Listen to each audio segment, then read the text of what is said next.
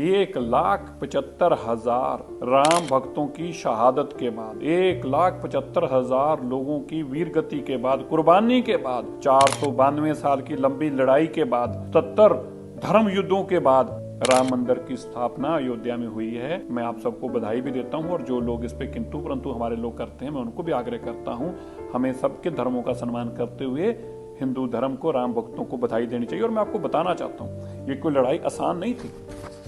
जो लड़ाई देश के प्रधानमंत्री ने आपको जीतकर नरेंद्र मोदी जी ने दी है, प्रभु राम ने ये शायद उनसे सेवा लेनी थी, वरना 492 साल तक भी कोई छोटे लोग इस लड़ाई को नहीं लड़ रहे थे। मैं याद करा दूं, 1528 में जब बाबर ने पहली बार यहाँ पर मंदिर को तोड़ने का काम किया, ये मंदिर इतना मजबूत था कि तोपों के साथ इसको तोड़ने का काम किया गया। और उस वक्त भी हिंदू बहुत लड़े और हजारों की तादाद में तब भी हिंदुओं की शहादत हुई, लेकिन वो अपना मंदिर नहीं बचा पाए। इसके बाद इसी मंदिर को बचाने के लिए पार्टी नरेश मेहताब सिंह को जब पता चलता है, तो मेहताब सिंह इस मंदिर को बचाने के लिए निकलते हैं और 17 दिन तक इस लड़ाई को लड़ते हैं। लेकिन इस लड़ाई को लड़ते लड़ते मीर बाकी, जिसने ये मंदिर को ध्वस्त किया था औरंगजेब के कहने पे, उसकी जीत होती है और 17 दिन के बाद ये सभी लोग हजारों की तादाद में जो लड़ने के लिए आए थे, ये वीर गति को प्राप्त होते हैं। जब ये जानकारी हंसवर रियासत के राजा रणविजय सिंह को पता चलती है, तो अपने पुरोहित देवीनंद पांडे को भेजते हैं 70,000 सेना के साथ। 70,000 लोग फिर लड़ने आते हैं राम मंदिर को बचाने के लिए, लेकिन 70 के 70,000 लोग लड़ते लड़ते लड़ते लड़ते वीर गति को प्राप्त हो गए, मंदिर को नहीं बचा पाए। लेकिन जब राजा रणविजय सिंह को इस बात की जानकारी मिलती है, तो वो फिर खुद राज सिंहासन छोड़कर अपनी धर्मपत्नी रानी को राज देकर 25,000 लोगों की सेना लेकर निकलते हैं और वह भी कई दिनों तक इस लड़ाई को लड़ते हैं। लेकिन वह भी इस लड़ाई को लड़ते लड़ते 25,000 की सेना के साथ वीर गति को प्राप्त हो गए। इसके बाद जब उनकी रानी को यह बात पता चलती है, तो महारानी जो कि जय कुंवर थी, जय कुंवर रानी भी निकलती है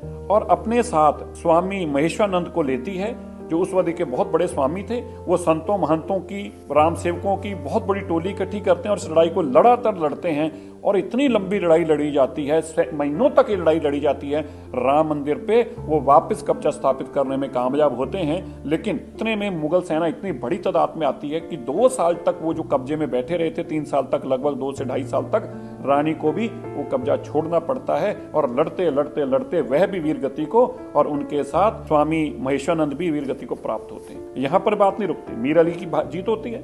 इसके बाद अकबर का जमाना आ जाता है। अकबर ने बीरबल के कहने पे, और आपने नाम तो सुना है, एक बहुत बड़ा नाम हम सब लोगों को सुनते रहे हैं, टोडरमल जी का। टोडरमल जैन जो बहुत बड़े व्यापारी थे अकबर के समय में भी, उनके कहने पर यहाँ पे एक मंदिर की स्थापना की जाती है कि मस्जिद के साथ एक छोटा मंदिर बना दिया जाए और ये मंदिर चलता रहता है। और इसके बाद ये मंदिर इसी तरह चलते चलते समा आ जाता है शाहजहां का। शाहजहां भी इस मंदिर को इसी तरह रहने देते हैं और इसकी पूजा होने देते हैं। लेकिन जब औरंगजेब का समय आता है, तो औरंगजेब अपने सिपाहसलार जाबाज खान को मंदिर को नष्ट करने के लिए फिर से भेजते हैं और अयोध्या में फिर से परशुराम मठ के लोगों के साथ ये लंबी लड़ाई चलती है। लेकिन इस लड़ाई में जाबाज खान को मार दिया जाता है। औरंगजेब को जब पता चलता है 1664 में, औरंगजेब फिर से अपनी एक बहुत बड़ी सेना भेजता है और इस मंदिर के चबूतरे को गिरा दिया जाता है और मंदिर को ध्वस्त किया जाता है।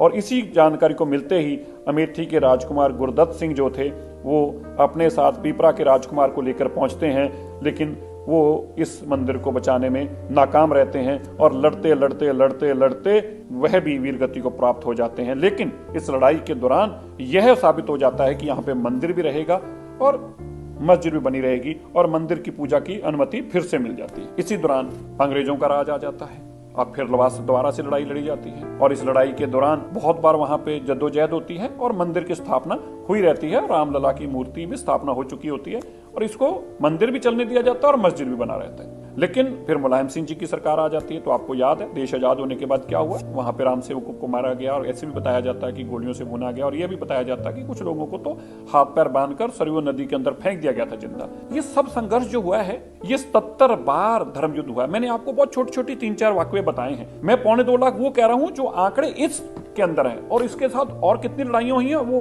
बहुत सारी डॉक्यूमेंटेड है और सुप्रीम कोर्ट में है और ऐसी किताबों के अंदर जो ब्रिटिशर्स वेले से लेकर औरंगजेब के वक्त से लेकर अकबर के वक्त से लेकर सब कुछ रिकॉर्डेड डेटा है। तो मैं आपको ये बताना चाहता हूं, ये कोई आसान चीज नहीं थी। ये मोदी जी ने आपको करके दे दिया इसलिए आपको शायद छोटा लग रहा है, लेकिन 492 साल की तपस्या है। लाखों लोगों की खून और शहादत है वहां पर, और इतनी लड़ाई लड़ने के बाद ये राम मंदिर की स्थापना होती है। मैं सबसे आग्रह करना चाहता हूं, हमें सब लोगों का धर्मों का सम्मान करना चाहिए।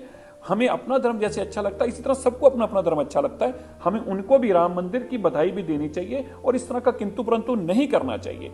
इसलिए ये लड़ाई भी बहुत लंबी थी और इस लड़ाई को लड़ते लड़ते लड़ते ये प्रभु राम की कृपा मोदी जी पर हुई है कि उन्होंने उनको सेवा दी और ये सेवा उनसे ली, और ये 492 साल की लड़ाई, 77 से ज्यादा जो धर्म युद्ध लड़े गए, 2.25 लाख से लोग ज्यादा मारे गए, और ये तपस्या करते करते करते अंत में जाकर ये प्रभु राम जी का वहां मंदिर बनता है और प्रभु राम जी की प्राण प्रतिष्ठा होती है, जिसके लिए मैं आप सबको बधाई देता हूं। और जरूर इस वीडियो को आगे भी शेयर कीजिएगा।